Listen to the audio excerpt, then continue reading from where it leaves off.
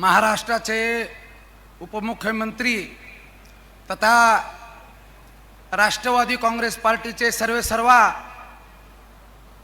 आदरणीय अजितदादा पवार साहेब या माजलगाव मतदारसंघाचे लोकप्रिय आमदार ज्यांनी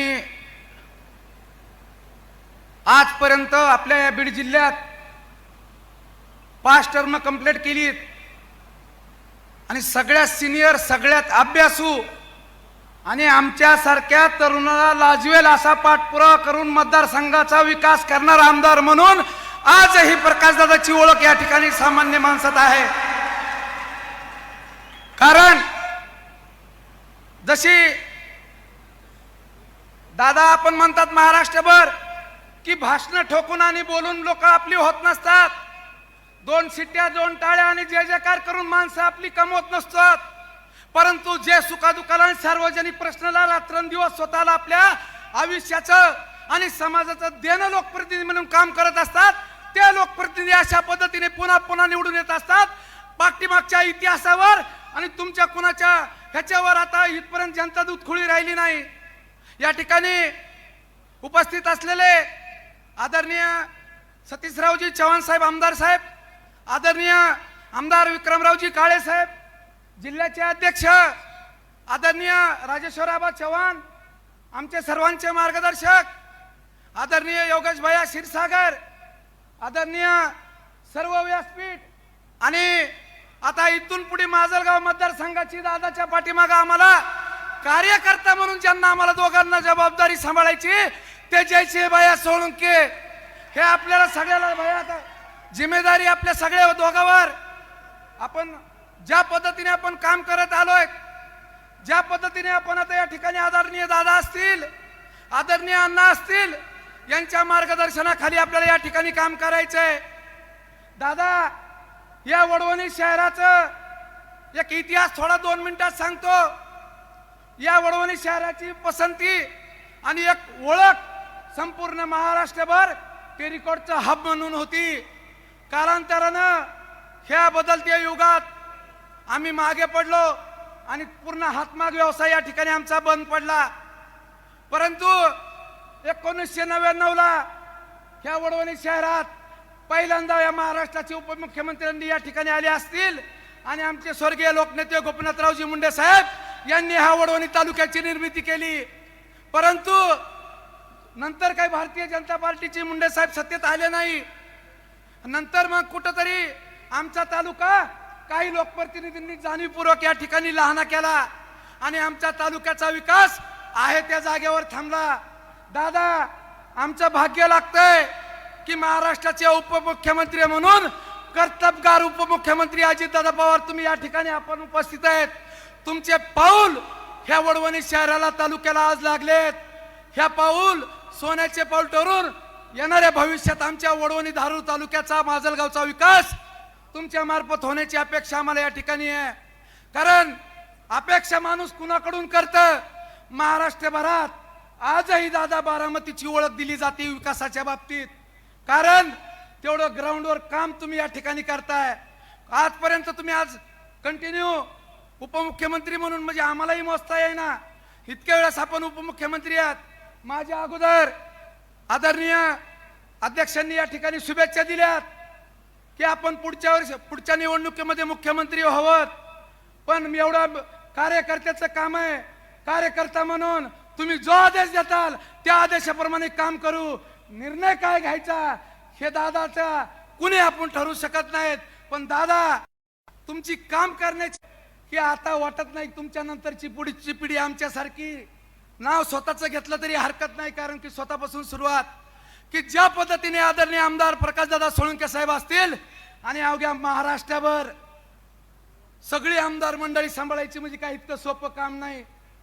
ती सगळी आमदार मंडळी कार्यकर्ते सर्वसामान्य सुतासारखी सरळ सांभाळायची काम या महाराष्ट्रात जर कुणी या इतिहासात करून दाखवलं असेल तर ते आदरणीय अजितदादा पवार साहेब यांनी करून दाखवलं। कारण की प्रशासनावर असलेली आपली पकड, जो माणूस नोकरीला लागायचा का दादा त्या माणसाला माहित असतंय अजितदादा येणार आहेत 7:30 ला, आम्ही म्हणायचं 7:30ला म्हणतच असते 8:30-9. दादा मला खवळले. मी त्या दिवशी प्रकाश दादा म्हणले 1 मिनिट इकडे तिकडे नाही. म्हणजे आता ही जी कामाची पद्धत आहे, ही कामाची पद्धत एखाद्या वेळेस अधिकारी कर्मचारी प्रशासन आमच्यासारखे कार्यकर्ते तर सोडूनच द्या, परंतु हे प्रशासक सुद्धा ज्या पद्धतीने काम करत नाही, एवढे जबाबदार लोकप्रतिनिधी म्हणून आपण काम करता, हे आमच्यासाठी या महाराष्ट्रासाठी भाग्याची गोष्ट आहे. खरंच ज्या पद्धतीनं या ठिकाणी आपण आमच्या स्वतः प्रवेश सोहळ्याला या ठिकाणी दादा उपस्थित राहिलात, त्याच्यापेक्षा आम्हाला आमचं भाग्य वाटतं की बीड जिल्ह्याचे पालकमंत्री आपण या ठिकाणी स्वीकारलं आणि बीड जिल्ह्याचं पालकत्व आपण स्वीकारलंय. आपण बघितलं असेल दादा की काही मागच्या 8-10 महिन्यामध्ये या ठिकाणी कुठेतरी आमच्या बीड जिल्ह्याची गुन्हेगारी प्रवृत्तीचा जिल्हा म्हणून ओळख व्हायली आहे. पण ते काही गुन्हे घडतात, जे काही पुनरावृत्ती या ठिकाणी आमची बदनामी बीड जिल्ह्याची होते, ती फक्त तुम्ही जर तपासून पाहिलं तर विशिष्ट भागात होतीये. सुंदरराव साहेबापासून असेल, इतिहासात आमदार झालेले असतील आणि आदरणीय प्रकाशदादा असतील, तुम्ही जर बघितलं तर माजलगाव मतदारसंघात कसल्याही प्रकारची असले गुन्हेगार प्रवृत्ती असेल तर कुणी असेल, कुठल्याही पक्षात असेल, कधी आम्ही या ठिकाणी याला समर्थन आणि पाठिंबा दिला नाही.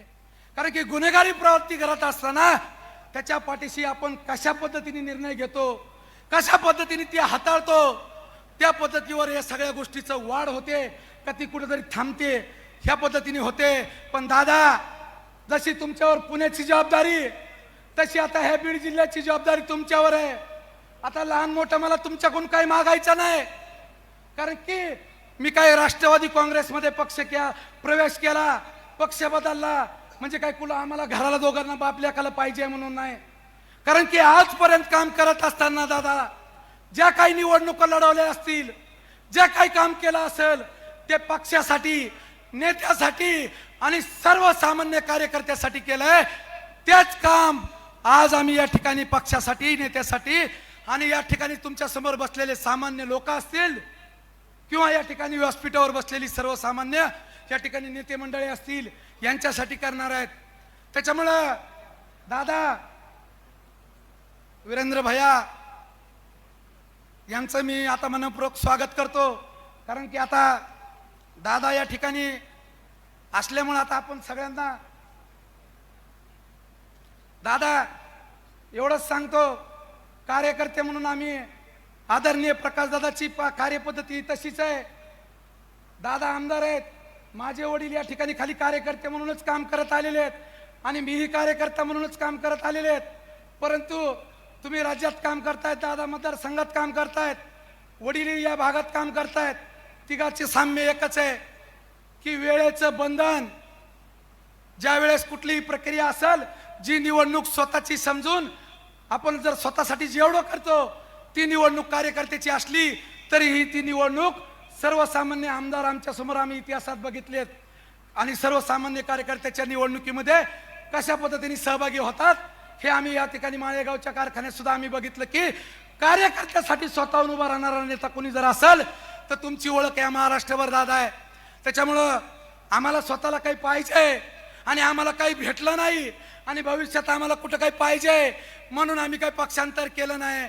कुठंतरी महाराष्ट्रात आपल्यासोबत काम करणारा आणि पक्षात काम करणाऱ्या कार्यकर्त्याची जाण आणि ती किंमत ठेवणारा महाराष्ट्रात जर कोणता नेता असेल आणि मतदारसंघात काम करणारा कोण नेता असेल तर तुम्ही दोन्ही दादा आहेत. म्हणून आम्ही या ठिकाणी आपल्यासोबत काम करण्याचा, आपल्या आदेशाप्रमाणे काम करण्याचं या ठिकाणी ठरवलंय. त्यामुळं खूप वेळ काही बोलत नाही, मलाही काही भाषणाची सवय नाही. कारण की एकदाच निवडणूक लढवली आणि आमच्यासारखा व्यक्ती, आमच्यासारखा साधा कार्यकर्ता म्हणला दादा पीए राहू द्या, तर तेही कधी पीए नाही म्हणतात माझ्यासोबत. माझी कार्यपद्धती आता हे तिघांच्या कचाट्यात आम्ही सगळे कार्यकर्ते आहेत. त्याच्यामुळे आम्हाला आता कोणी सोडायचं काम नाही. त्याच्यामुळं दादा परत एकदा मी तुमचं या ठिकाणी आभार व्यक्त करतो.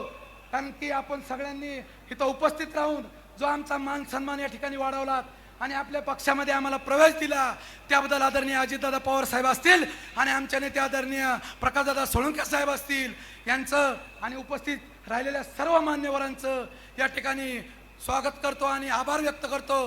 परत एकदा समोर बसलेल्या जनतेला या वडवणी शहरातील, वडवणी तालुक्यातील कळकळीची विनंती करतो आणि आपल्या सगळ्यांचं या ठिकाणी आभार व्यक्त करून माझे 2 शब्द संपवतो. जय महाराष्ट्र, जय राष्ट्रवादी. या आदरणीय मतदारसंघाचे भाग्यविधाते